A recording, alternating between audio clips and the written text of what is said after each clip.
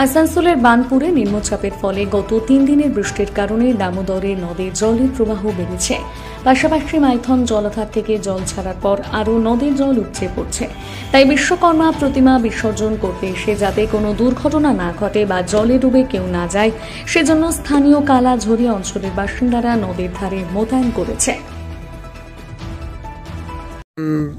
অতিরিক্ত নিম্নচাপের অতিবৃষ্টির জেরে দেখলাম দামোদরের অধিকাংশ জল উপর দিকে উঠে এসেছে।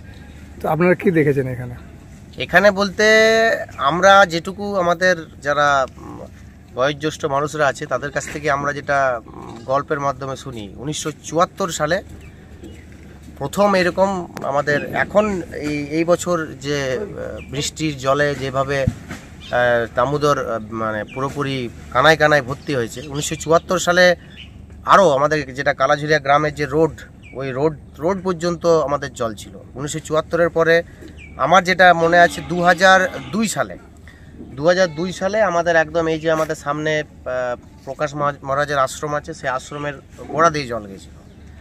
আর 2002-এর পরে এই বছর এই 2024-এ আমরা এরকম একটা ভয়ঙ্কর একটা পরিস্থিতি দেখলাম। এবারে ঘটনাটা হচ্ছে যে এই ভয়ঙ্কর পরিস্থিতি আরও ভয়ঙ্কর হতো যদি নিম্নচাপ হয়তো আর একদিন স্টে করে যেত। এখন ঘটনাটা হচ্ছে যে আমরা যেটা এলাকায় আছি সেই এলাকাতে আমাদের ক্ষতি সেভাবে হয়নি, কিন্তু আমরা খুব দুশ্চিন্তায় ছিলাম কাল পরশু।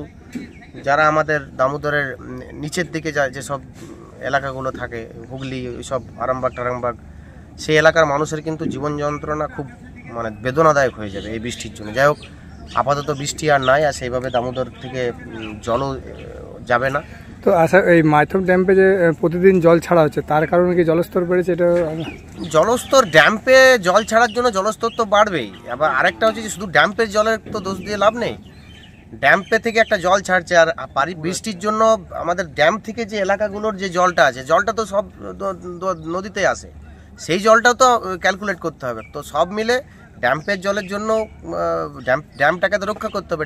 ড্যাম্পের যে ক্যাপাসিটি আছে, সেই ক্যাপাসিটি ওভারলোড হয়ে গেলে ড্যাম ভেঙে যাবে, তখন তো ক্ষয়ক্ষতির পরিমাণ তো তখন কয়েক হাজার গুণ হয়ে যাবে।